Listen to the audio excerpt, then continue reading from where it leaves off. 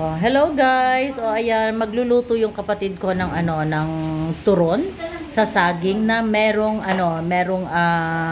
langka. Dala pa namin 'yan nung pumunta kami ng Bicol. Pakita ko sa inyo. Oh, ayan, sarap po. Ayan oh, sarap.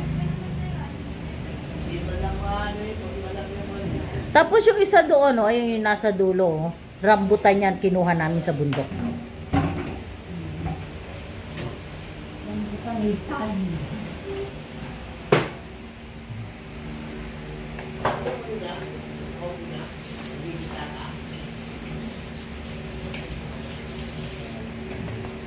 Sarapan mo ha. Ano yan, marami ka nilagay na na langka? O tama lang?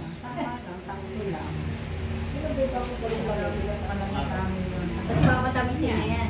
Ha? Patatamisin, oh. Sabi mo? Ayun nga, ako pa. Ay, isa pa. Isang partner pa.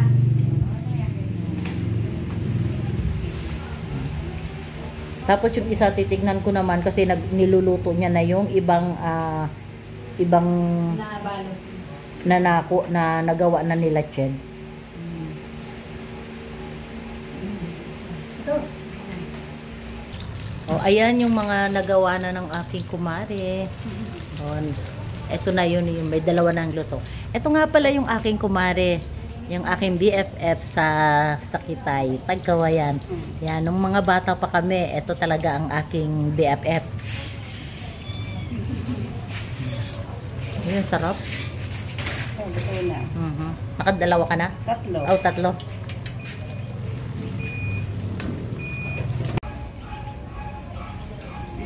Uy, talaga ka naman. Oo nga eh. Ayaw ko talaga dyan. Gusto mong na... Ano ko?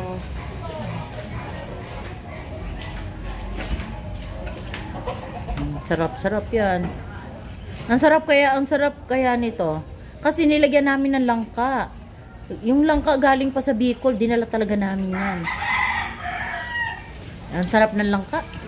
Matamis, tamis.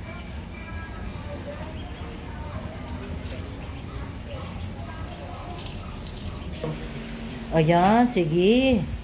Oh, sarap niyan. Para ano? Yung sago, yung maliliit lang, malalaki. Yung malalaki. Matamis na may sago. Oo. Tapos, Ito, ang langka. pwede nating anuhan ng halo-halo, ganon? Oo, pwede. Masapisan. Oh, yummy.